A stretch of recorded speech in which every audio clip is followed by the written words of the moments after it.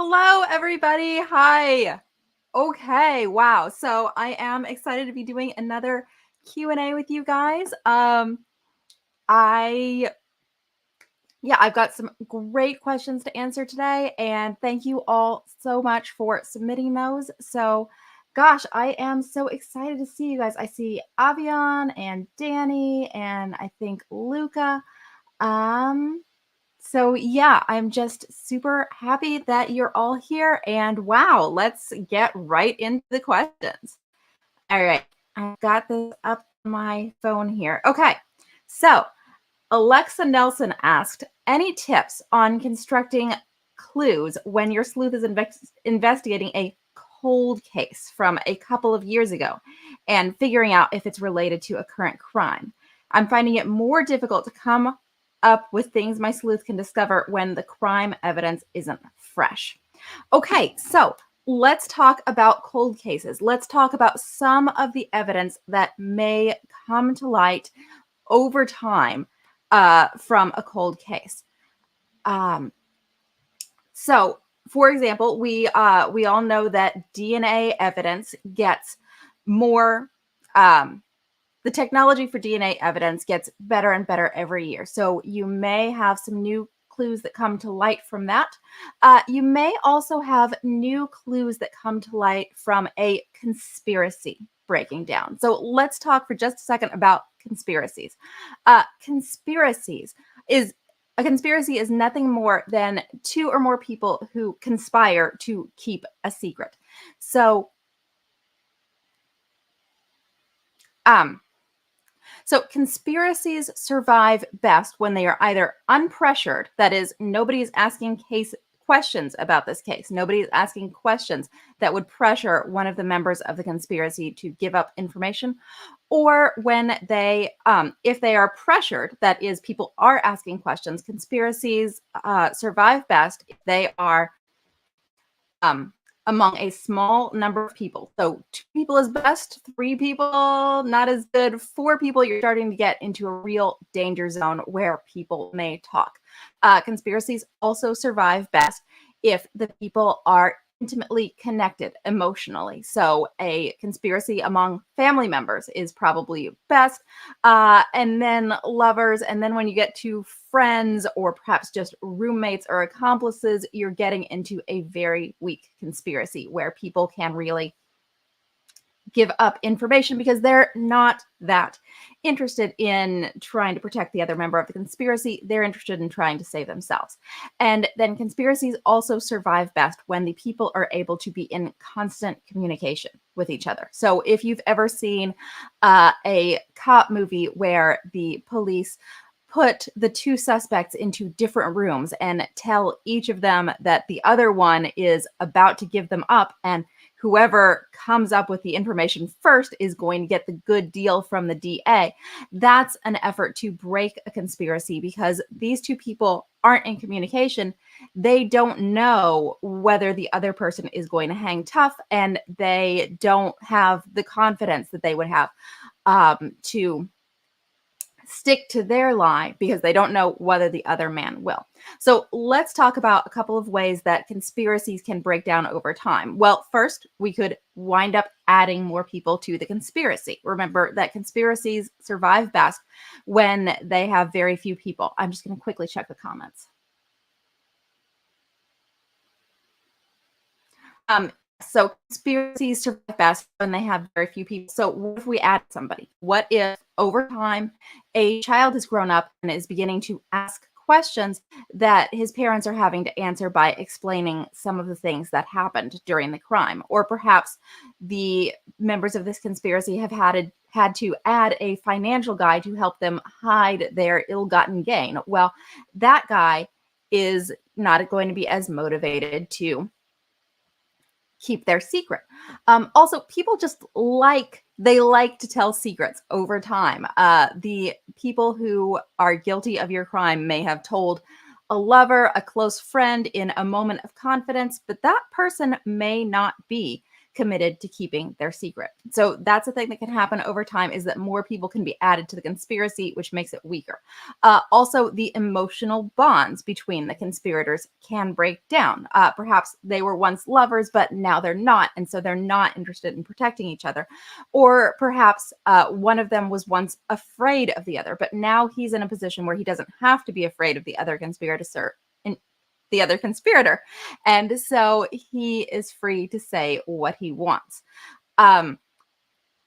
So you can look at technology that would allow new evidence to come forward. You can and I think somebody mentioned deathbed confessions, and yes, that is the thing that can happen, is that one of your guilty parties may have made a deathbed confession, which then is essentially it is testimony in the hands of an additional conspirator who may not be attached to keeping the secret. So technology, conspiracies breaking down, and then another thing that you can look at is the fallout of the crime. So your killer committed this crime because he wanted his life to change in some way. So how has he lived out that change? Has he moved a new girlfriend into his house just a few months after his wife died? Has he been living it up with her money? How has his life changed? Because that is going to be kind of a pointer to indicate how he really felt about the death. So those are three particular kinds of clues that can come up with a cold case and be fresh.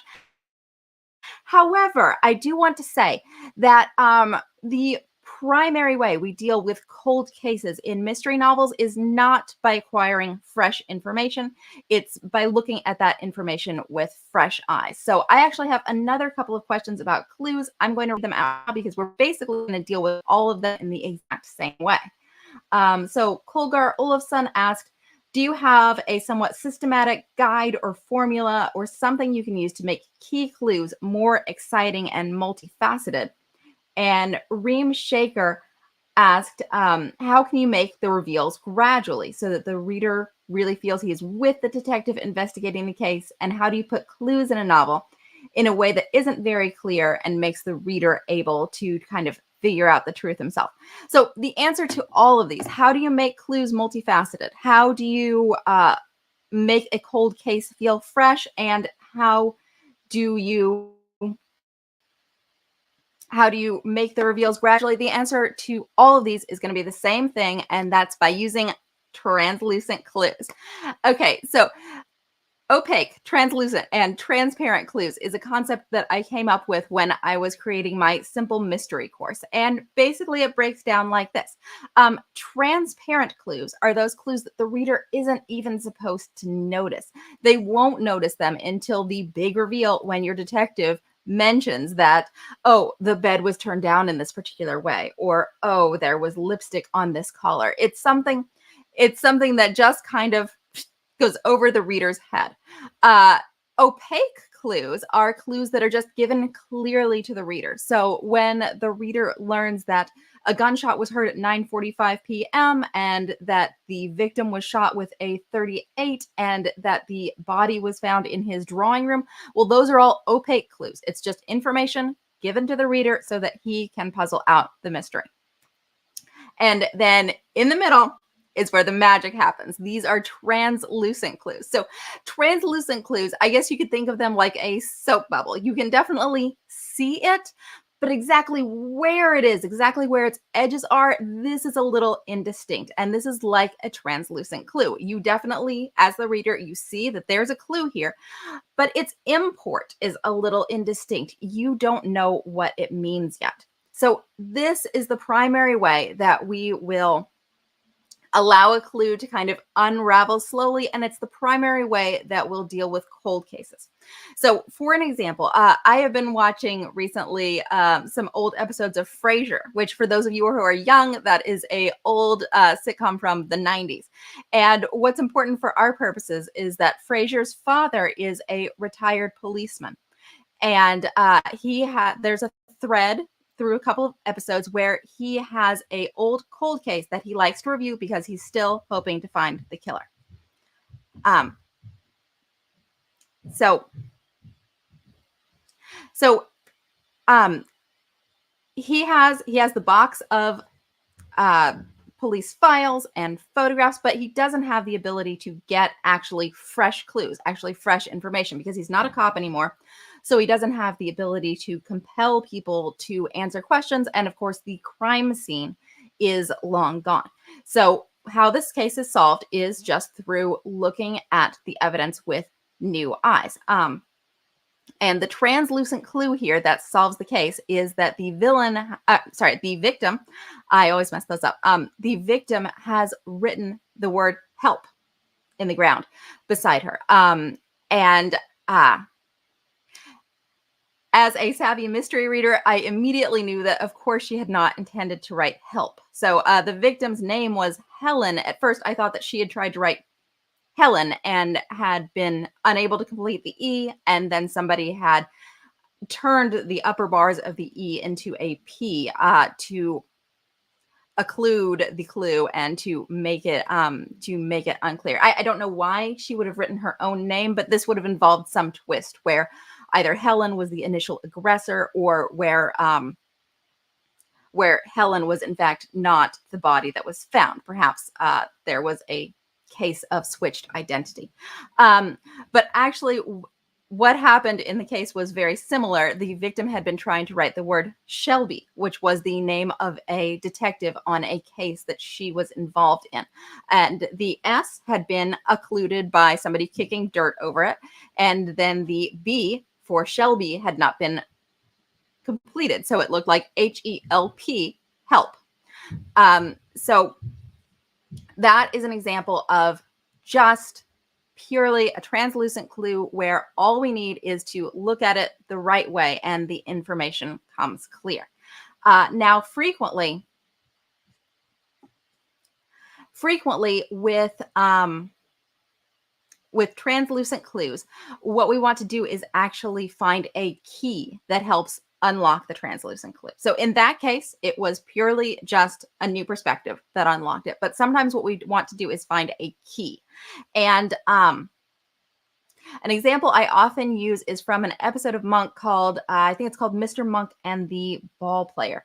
So in this one, two people have been shot and are killed, but one of the victims managed to crawl to help and gasp out a last message, which was girls can't eat 15 pizzas, which is obviously a clue because it has to be significant. It's the victim's last words, but it's obviously incomprehensible as well. So during the course of the investigation, Monk finds out that this man was a businessman with a lot of different contacts. And so he used mnemonic devices to remember the names and important details about all those contacts. And that is the key. The fact that this person used mnemonic devices is the key that unlocks the clue, because we now realize that his last words were a mnemonic device. He was trying to remember the license plate of the villain, which was GCE15P. And to do that, he constructed a sentence: girls can't eat 15 pizzas. So this is the sort of thing that you can have your cold case detective do just by looking at the information in front of her, not acquiring any new information, but just putting together perhaps a clue and a key that have not yet been assembled, or just by looking at the clue with a new perspective. So I'm going to quickly check the comments.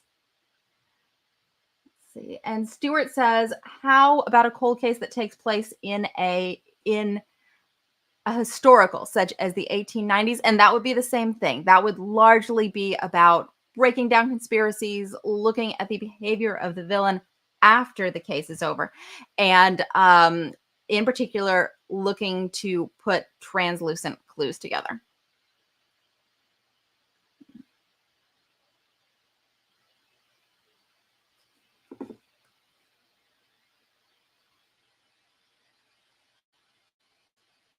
All right, so I'm going to look at my submitted questions here. Oh, okay. Oh, wait, I wanted to recommend, I do have a video about this. If you are interested, if you got an idea for a clue and you want to come up with several ways that you can take that clue and make it a little more translucent. I do have a video called it's called Using Setup and Payoff to Write Great Clues. And I will link that up when this live stream is done. But that's a good video to watch to kind of get some ideas for how you could take a clue, which looks straightforward in your book right now, and just make it a little more translucent. All right. So Avian had this really interesting question. Okay. How can you rule out how can you rule a suspect out and double back to them when new info or clues are revealed without it feeling contrived or too pedestrian? So Avian mentions a particular episode of Murder, She Wrote called Murder Takes the Bus, which does the same kind of plot. So I watched that last night, and let's get into it. So in Murder Takes the Bus, our sleuth, Jessica Fletcher, is taking a bus to a conference where she's going to be giving a speech, and the bus breaks down. One of the passengers is killed at this stop, and so it's clear that someone on the bus must have done it. And the first suspect to be really seriously considered is the bus driver, because he was working on trying to fix the bus while the murder occurred. So he's the one we really know was outside.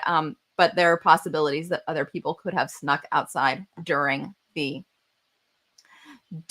time that they're there. So he's the first person to be really considered. And what happens is that they find a clue that strongly links him to the crime. The police officer with Jessica realizes that the work done on the bus could only have been done with a screw. Oh, I'm sorry, I didn't mention the victim was stabbed with a screwdriver. So that's a big clue at the beginning, is we know that, or we believe at this time, the method of murder was screwdriver.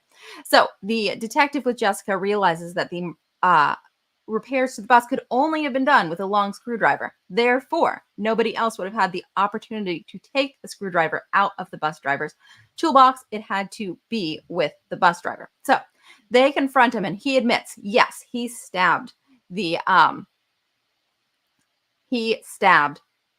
man with the screwdriver.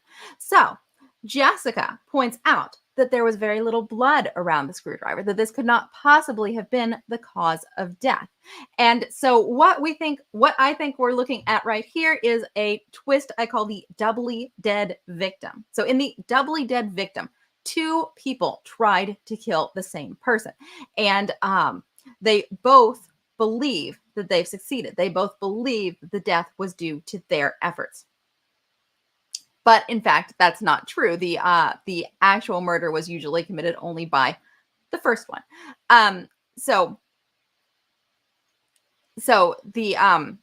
Because the bus driver has confessed to using the screwdriver, and because it's been determined that the screwdriver could not have been the method of death, he is dismissed from suspicion. And this is what we call a suspect subplot. Okay, we have a reason to suspect the bus driver, which is that he was the only person with the opportunity to have the screwdriver.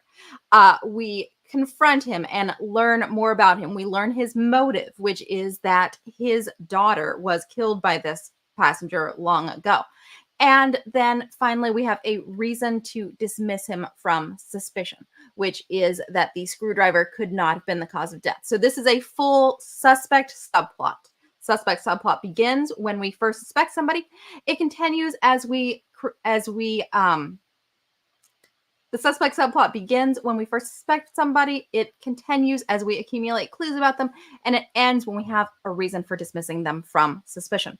And then we go through another suspect subplot or two, and then we circle back to the bus driver, because Jessica has realized that there is grease on the dead man's collar, which could only have come from the bus driver, who again was fixing the bus. So he confesses that yes, indeed, he did strangle the victim, and then he had the idea of stabbing him with the screwdriver, thinking that the coroner will certainly notice that the screwdriver cannot be the cause of death. If I confess to the stabbing, I will be cleared of the murder because it's clear that the victim died before that happened. So the way that this works, the technique that makes this works is simply by finding a new clue. We have the entire suspect subplot in which we learn the bus driver's motive and dismiss him from suspicion, and then we get the new clue, which is the grease on the collar. And that's all that's needed. A full suspect subplot followed by a new clue that reopens investigation into a character. So there's another plot like this that I recall, and we're going to go through that one too, just so that you can see how it's exactly the same structure. So this is from an episode of Murdoch Mysteries called Still Waters. And in this one, this mystery focuses on a rowing crew, and they have recently acquired a new teammate who has just been found murdered. Meanwhile, and the first suspect who is considered is the boy whose place on the rowing team this guy took. He took it because he had social position. He had the sort of cachet and power to demand that this boy be displaced from the rowing team so that he could take his place. And so this is our first suspect, the displaced boy, who is someone of low status. And in fact, he's working at the country club where this rowing takes place as a gardener rather than being a member like all of the other teammates. So we follow and we know this guy's motive. We begin to accumulate clues about him. We find that there's a oar in his gardening shed, which has bloodstains on it. The victim was beaten with oars and then drowned, and his body is found along the river. So we learn the motive, and that's our first reason to suspect the guy. That's the opening of our suspect subplot. We accumulate clues as we find the bloody oar, and then we have a reason to dismiss him from suspicion, which is that the clues don't quite add up. The blood on the oar is still wet, which doesn't make sense given the amount of time that has passed. So, since things don't make sense, we keep digging and we learn that this boy has been framed. He's been framed by the rowing crew. So again, this is a case of the doubly dead victim twist, in which two people seem to sorry, we're not at that part yet.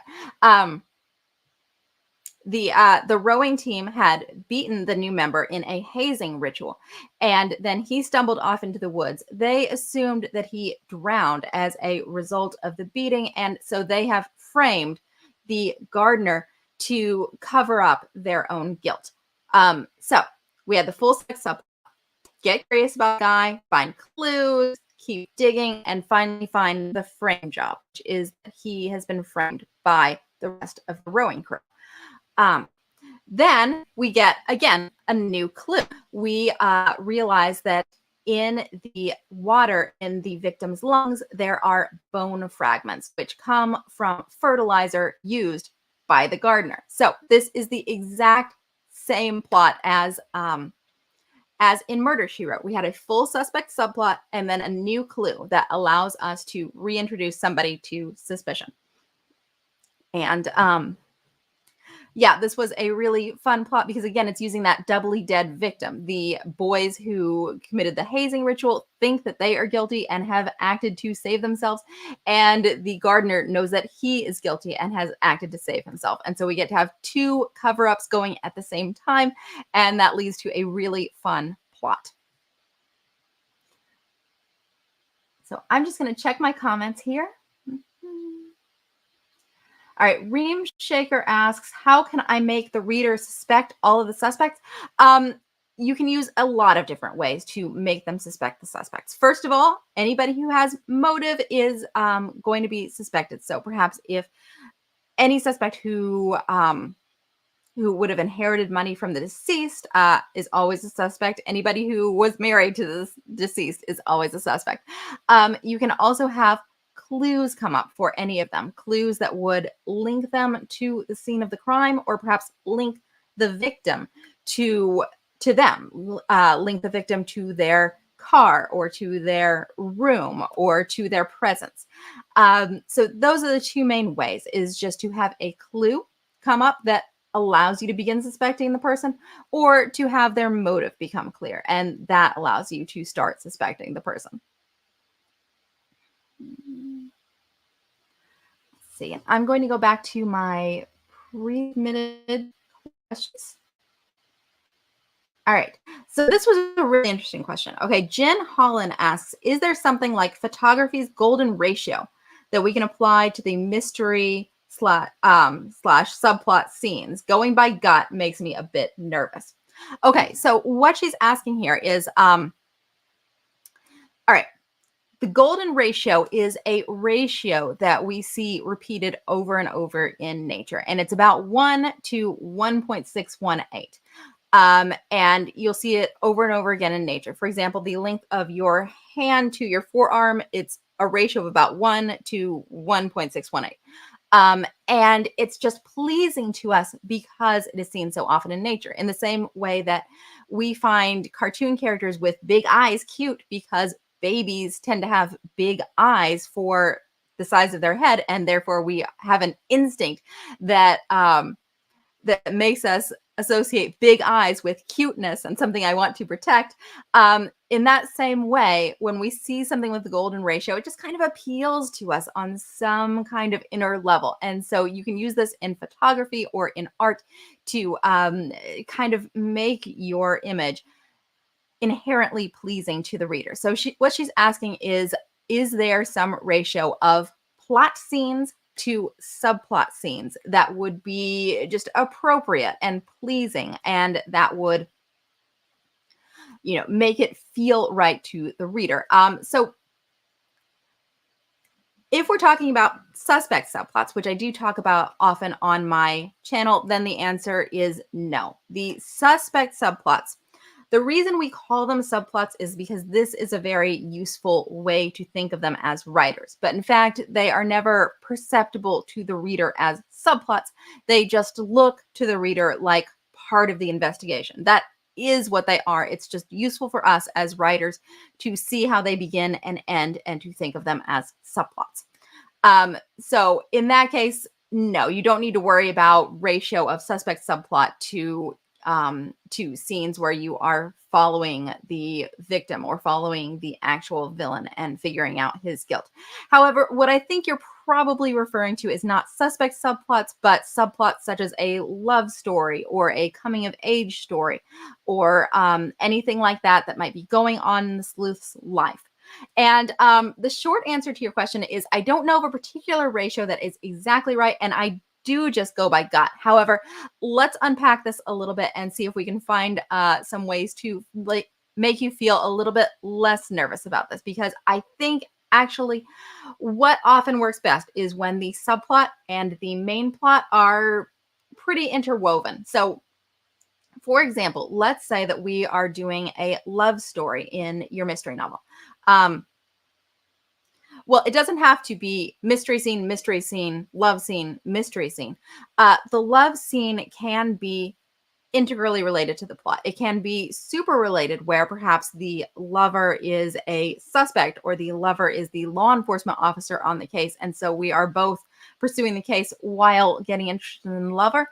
But it can also be a little bit more separate. It can be that the love story is the place where the sleuth comes to refresh from a bad defeat in pursuing the case, or the place where the lover comes to get a fresh perspective on the case.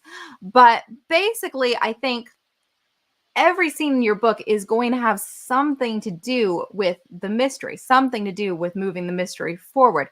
For the most part, you might stop for a little bit and have an actual downtime, an actual purely romantic scene between your characters, and that actually is fine. Readers need downtime. They don't need linear progress all the time. They need some breaks where they get to feel some different emotions. So you can have downtime, but you can also just really use those love scenes to move your mystery forward in some way. And you don't have to think of it as a ratio, because they don't have to be totally distinct from one another. Your love scenes and your mystery scenes can often be one and the same. Another thing I've mentioned before is that often sleuthing scenes are best with two or more people, because they can share the work, they can talk about the clues they're discovering, they can have different perspectives on the clues that they're uncovering, and Also, they can just having another person there gives you the opportunity to have this sleuthing scene be more funny or more fun than it might be if it was just your sleuth in a room by herself looking for clues. So I'm just going to check the questions here. All right. Let's see. Okay, so Danielle Lynn asks, how do I include a love triangle into the mix? Okay, so this is going to dovetail on exactly what we were talking about, which is that the love triangle can be very much part of the mystery. So let's talk about love triangles for a minute. Love triangles typically have, well, I'm thinking of a female-centered love triangle where the woman is the one with two different romantic interests. And those typically have the two kinds of men that women tend to be attracted to, which is the good guy and the bad boy. Okay, so Edward is the bad boy and Jacob is the good guy. Wolverine is the bad boy and Cyclops is the good guy. I am normally team good guy, but not when it comes to Wolverine. Okay, so the way that the easiest way I can think of to wrap this kind of love triangle into a mystery is simply to use these people as characters. Perhaps the bad boy is a suspect. Perhaps the good guy is a law enforcement officer. Or perhaps the good guy is your sleuth's sidekick. Or, the bad boy could be the law enforcement officer. He could be somebody really harsh and a little bit dangerous and scary. But yeah, I think that having a love triangle in a mystery is super fun. And I think that you can easily use the two characters who are your two love interests as characters within the mystery itself. So suspects, villains, perhaps not the perhaps not the villain. Although actually that would be a great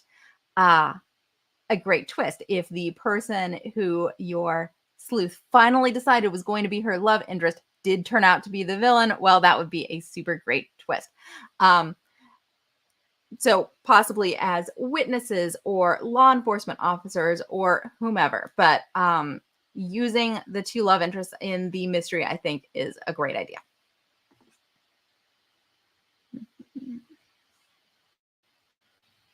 All right. So Lindsay Sherman asked, how much do you follow the detective around during the story? As in the ratio of sticking with their point of view versus scenes that do not involve them. I'm trying to figure out what scenes to show that do not include the detective, that move the plot along, but don't reveal clues to the audience that the detective isn't aware of.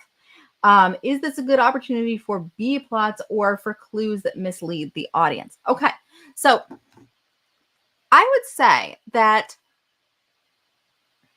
you don't want to I would say that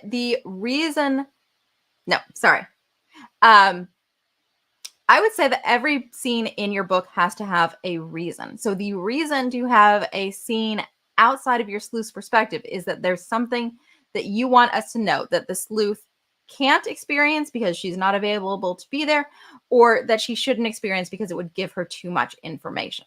So let's talk about can't experience first. Let's say, for example, that your sleuth is in jail during a part of the novel where you need to have something happen.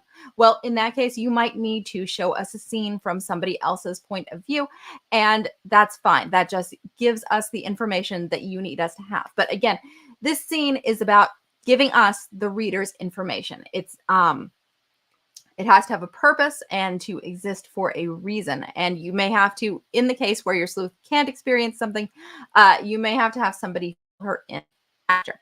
But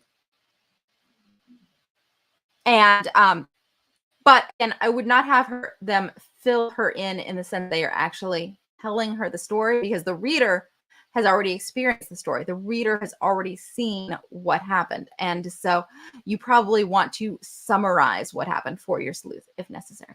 And then there's the case where you want to show the reader something that the sleuth should not experience because you want to keep information concealed from the sleuth. So biggest case I can think of where you'd want to do this is if you're trying to create suspense. In her book, How to Write Killer Fiction, Carolyn Wheat talks a lot about this. She talks about mysteries as being books where we are one step behind the sleuth, where we are trying to catch up and understand the information that they have already kind of dealt with in their own minds, and thrillers as being stories in which we are one step ahead of the sleuth, in which we see the danger coming for the sleuth, and we have to kind of, we shout to the sleuth, don't go into the basement or whatever, because we know there's somebody in the basement. So that would be a reason why you might need to have a scene that's outside of the sleuth's point of view. So perhaps you are about to arrange a meetup between your villain and your sleuth, and you want the reader to know that the villain has a gun stashed somewhere in this location. Well, you may need to show the scene where they hide that gun, and that's fine. But I don't think that you need scenes outside of the sleuth's perspective for any reason other than there's information you need the reader to have. So I don't think that you need to, for example, worry about a ratio where perhaps you would do 2 sleuth scenes to every non-sleuth scene. I don't think you want to do that. I think you only want to do as many scenes out of the sleuth's perspective as are absolutely needed to give the reader the information you need them to have. And I know we often feel like this is a one or the other thing. Either I am totally in my sleuth's perspective, or I am totally in 2 point of views and trying to privilege each point of view equally. And that's really not necessary. I've read great mysteries where it is 100% in the sleuth's point of view, except for one little scene that needed to be in somebody else's perspective. And that is fine. It is fine for you to have just as many scenes as you need to give the reader information that your sleuth shouldn't have. And I would not use these scenes to give the readers clues that will purposely mislead them.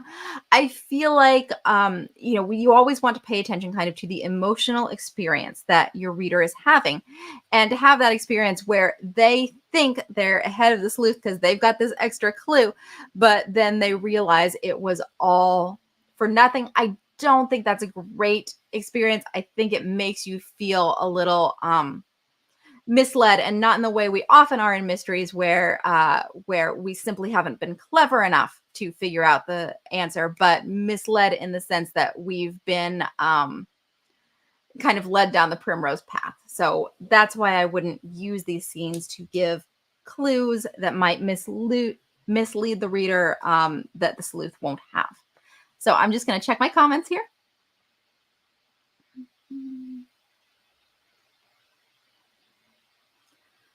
Okay, so Avian asks, I'm writing a dog-themed cozy series where my main character has a dog sidekick.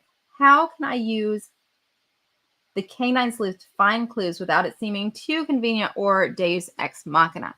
Okay, well, so one of the things I often advise is that your sleuth should have a unique investigative talent.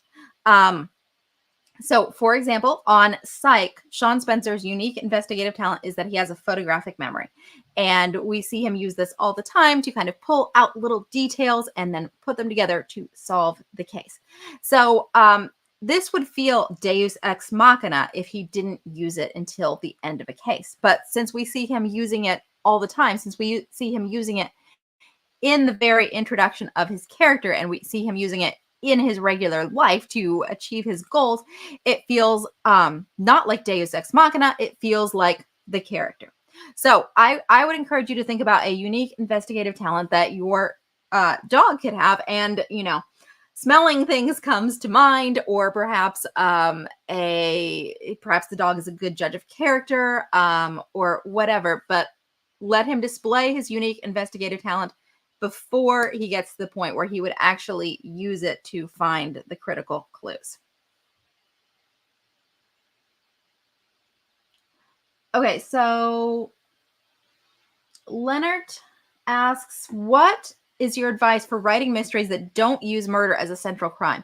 Essentially, this is exactly the same. Perhaps your central crime is a kidnapping, or perhaps it's simply sabotage of a business, or perhaps it's financial, but essentially it's the same. You're going to think about the crime, you're going to think about the steps that the criminal took to commit the crime. Then you'll use those steps to figure out what clues he might have left behind, and then you'll have your sleuth uncover those clues. But essentially, what I've discovered is that really, a murder or not a murder, it doesn't matter too much. What matters is that a crime was committed in order to achieve a motive, and clues were left behind. All right, so Kelly asks, when dealing with an amateur sleuth, how do you plausibly have suspects willingly talk to them? Okay, I struggle a little with how to get suspects to willingly talk to an unprofessional investigator. Okay, so I'm putting together a big video on this, and I'm really looking forward to that, actually. But some ways you can do it is, instead of having them ask clues, have them state assumptions. So they will state an assumption like, um, you know, so and so says that you were in this location during the murder, and then the person being questioned may say, "No, I certainly wasn't. I was here." And now, instead of having to ask a question and get rebuffed, the person has the information they needed while just chatting, while not actually directly asking a question. You can also have them approach people under false pretenses. You can have them make a phone call and pretend to be, the veterinarian or the landlord or anybody who might reasonably have access to the information that the person has, that the sleuth wants from the suspect, and then the suspect may give it to them unwittingly. And that you can also have your sleuth threaten people. You can have them threaten them physically, perhaps, or perhaps they know something a little bit dodgy about the suspect that they will keep secret if the suspect tells them what they want. So there are lots of different ways that you can have your sleuth get information, but they're going to have to be a little bit sneaky. But the really nice thing about this is that this lets you show your sleuth's cleverness and tenacity, because they are having to work hard to get every piece of information. And it's okay to show them sometimes failing to get the information on the first try, and then they have to try again in a new way. And that really shows their tenacity and kind of their resourcefulness, and all the wonderful things that we admire about a sleuth. Okay, I'm going to go back to my pre-submitted questions. See. So Danielle asks, can a parent and teen partnership work to solve mysteries? Okay, so this actually is so I've recently been watching Veronica Mars, which is a parent-teen partnership solving mysteries. Well, the is the lead in the show, and then the parent does some stuff kind of on the side. So my answer is definitely yes, definitely a parent-teen relationship can work as a pair of sleuths. And the things that I would be, oh dear, looks like okay. Hope that's working now. Okay, so the things that I would be worried about in this case is allowing this partnership to work without the parent being profoundly irresponsible, because of course safety is an issue when you're investigating murder. I don't think I'd take my daughter with me to question a suspect when she was 25, let alone when she was a teenager. So you want to have opportunities for the parent and teen to kind of separate and each be going their own way, so that the parent doesn't really know all the dangerous stuff the teen is getting into. Or perhaps you want to have situations where they will get into a situation and not realize that it's going to become dangerous until it does. They think they're just going to ask some innocent questions, but things are going to get a little hairy. So the other thing I want to say is that in a parent-teen relationship, one thing I would be looking to develop is a different sphere for each part of the sleuthing partnership to investigate. So this can be really fun. If you have sleuths who kind of each come from different worlds, they can each investigate their own sphere, and they kind of each have something unique to bring to the case. So, like, for example, let's say you were doing a mystery in which it was something like Downton Abbey, and our sleuths are, say, Lady Sybil and Anna, the housemaid. Okay, they each have their different spheres that they can investigate. Sybil can investigate the rich, well-to-do people, and Anna can investigate the servants, and they each have their different perspective to bring to the case. So that's how it often is on Veronica Mars. The father will ask his daughter, Veronica, to ask questions at school about some particular people who may be involved in a case. And let's see, did I have something else I wanted to say about? Yeah, I think, concentrating on having different spheres is a great thing to concentrate on, and just try to keep in mind that, the parent, you still want the parent to come off as a good parent, even though they are, in fact, investigating murders with their child. Let's see. And, okay, I have another cool question. I'm sorry, I don't have the name written down for this one, but this person says, my killer accidentally kills someone, and that's the only murder in the book. Can that work? Okay, well, my answer to that would be it sort of depends on how and why they accidentally killed somebody and what they do afterwards. So one, it's not exactly a mystery, but it's a thriller that involves people accidentally killing somebody, is I Know What You Did Last Summer, where a group of teens accidentally kills a hitchhiker, or at least they think they have. And then they wind up being pursued by this hitchhiker who actually has survived.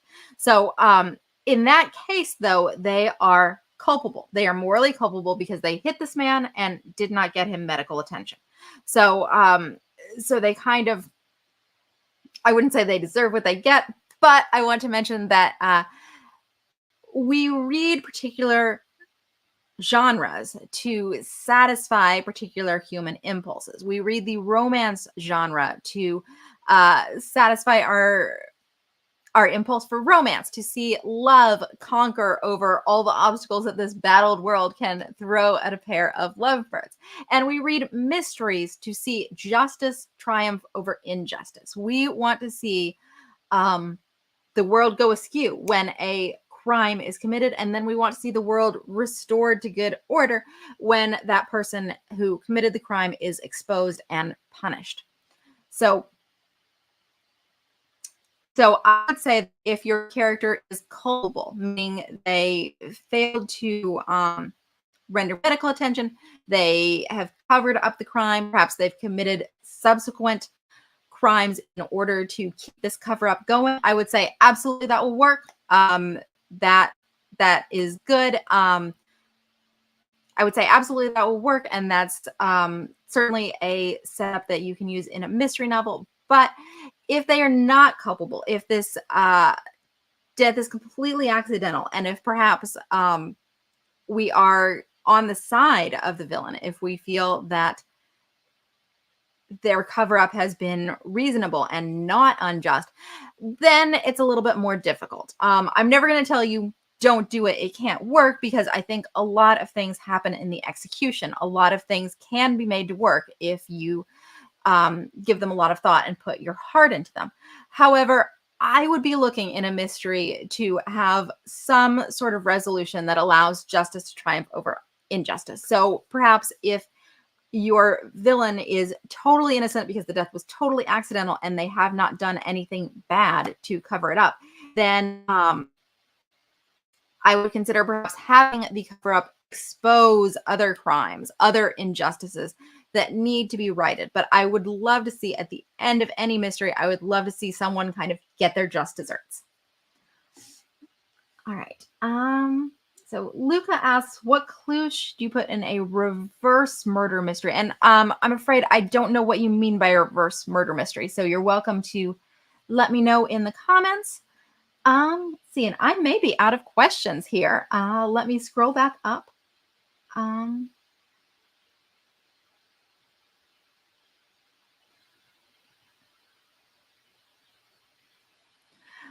So Luca asked, "Can a translucent clue be a person?" And well, I wouldn't say that they were a person exactly is rarely a clue, but what the person has said, where the person has been, what artifacts the person may have left behind them, such as their calling card in somebody's bedroom.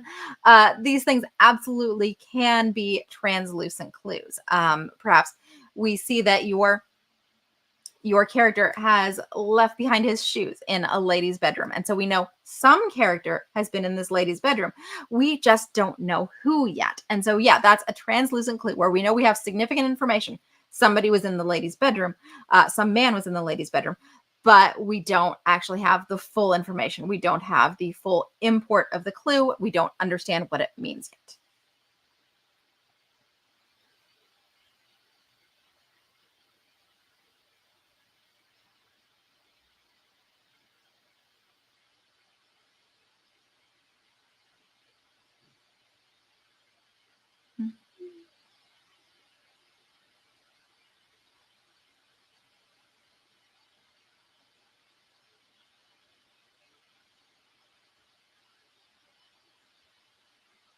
Okay, so this was an interesting comment. Kelnia says, I love the idea of an ancient cold case, like from the 1800s, but I think you need a good reason for solving it beyond justice, as unless you have a vampire, the killer is probably dead. So I agree.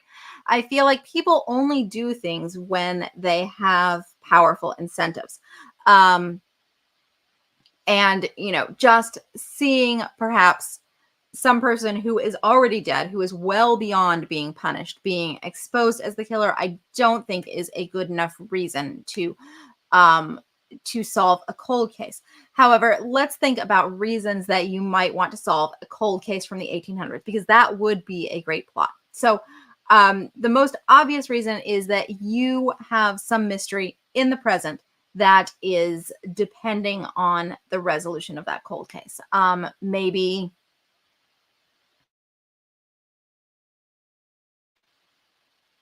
Maybe somebody is missing right now, and you have a suspicion um, that the villain who has kidnapped them is a copycat murderer who is copying some ancient crime. So you start digging into that ancient crime to find out exactly what happened and try to get clues about where this missing person is now. Or perhaps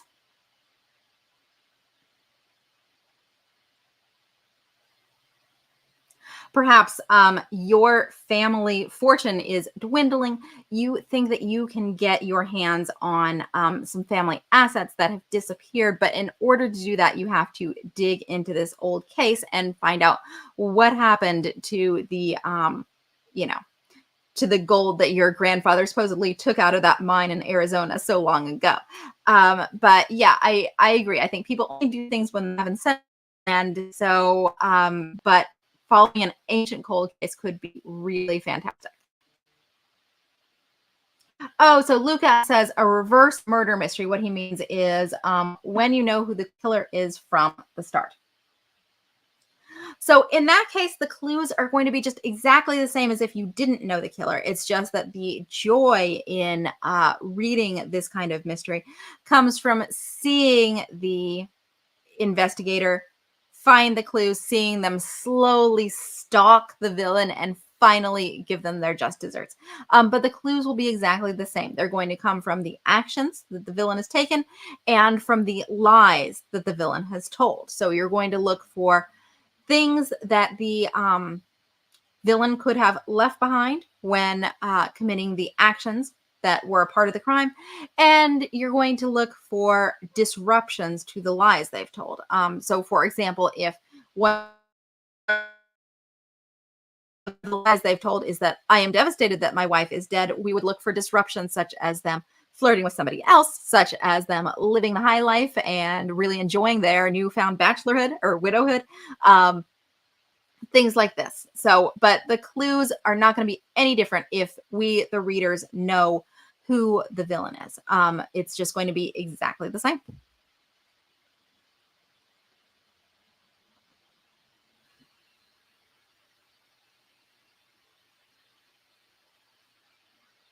All right. So Avian asks, usually murder victims are awful people who deserve their comeuppance. Is it ever okay to violate this trope and kill somebody nice? I mean, I think it is. Yeah, I think the nicer your victim is, the darker your mystery gets. So for example, one rule I would have is if I were trying to write for the cozy market, I would absolutely not kill a child.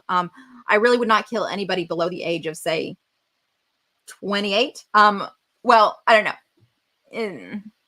Maybe. But yeah, if even if I read a story about a horrible 18-year-old who has been murdered, despite the fact that she was horrible, I still feel um grief for that person who was very young and ultimately had a lot to live for and a lot of opportunities to change. So it's it's just a matter of what you feel comfortable with. If you want to kill a nice victim, yeah, I think that absolutely happens in cozies. But the nicer they are, the darker the book is, because cozies, and I realize not everyone was writing a cozy, but cozies, it's not so much about the violence, it's about the emotion of distress that we're trying to not give the reader too much of. We want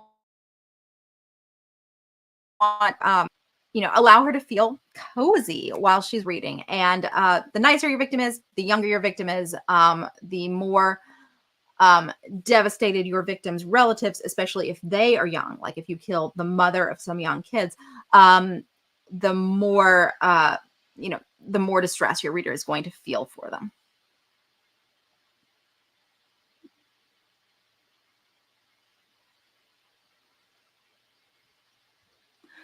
So Ray Klein asks, so is child murder a little too heavy for a teen sleuthing case, though it is a cold case from long ago?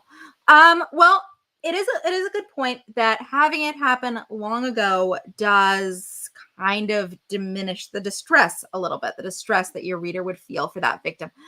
I still think for a teen sleuthing case, I would not do a child murder, and that's because I would assume that the market for your teen sleuthing case is probably going to be the young adult market. It's going to be teens.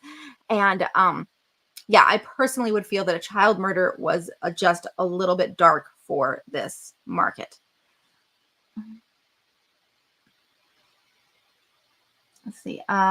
Daytime asks, what reason can I give for a side character helping in the investigation for killing the eyewitness? What reason can you give for a side character killing the eyewitness? Accident, or it's either going to be accident or they have something to cover up. So perhaps they have committed a crime. They know this eyewitness can finger them, and they try to eliminate the witness before that happens.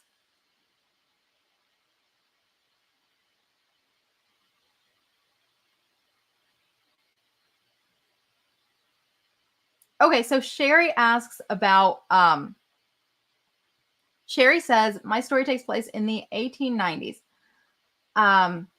And the sleuths are trying to stop a killer by solving a case that happened several months prior. Okay, so that's awesome. That's really cool. And her question is about the difficulties of solving a cold case with limited forensics and the time that has passed.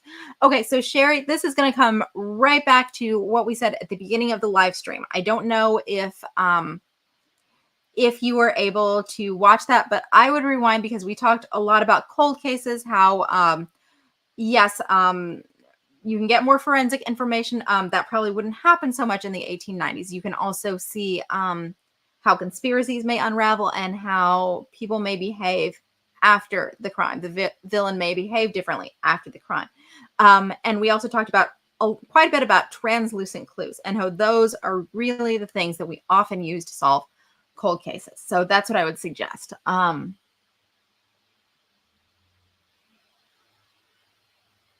Yeah, so Luca asks, if I don't like children dying in cozies, how do I feel about Daisy Armstrong in Murder on the Orient Express? So I don't feel great about it, honestly. It that that plot legitimately distresses me. And so I know what what you may be thinking here is, well, if Agatha Christie did it, certainly I can too. And yes, certainly you can do absolutely whatever you want. I'm never going to tell you, no, you can't do that. But what I do want to mention is that Agatha Christie was not really writing to today's cozy market. Agatha Christie was essentially inventing the cozy. And a lot of her cozies are a little bit darker than what we see in the current cozy offerings. You know, Agatha Christie did not have publishers telling her, well, cozy readers aren't going to expect something this dark. And so she had a little bit more freedom than we have if we're writing to a particular market. Now, again, I'm never going to try and tell you that you can't write your book your way. But you just want to be aware of what the market's expectations are because, you know, ultimately we all want to be successful at this whole writing game. All right. So I am out of questions and it is the top of the hour. So I just want to thank all of you who have spent some time with me this morning. And I hope you have a lovely day.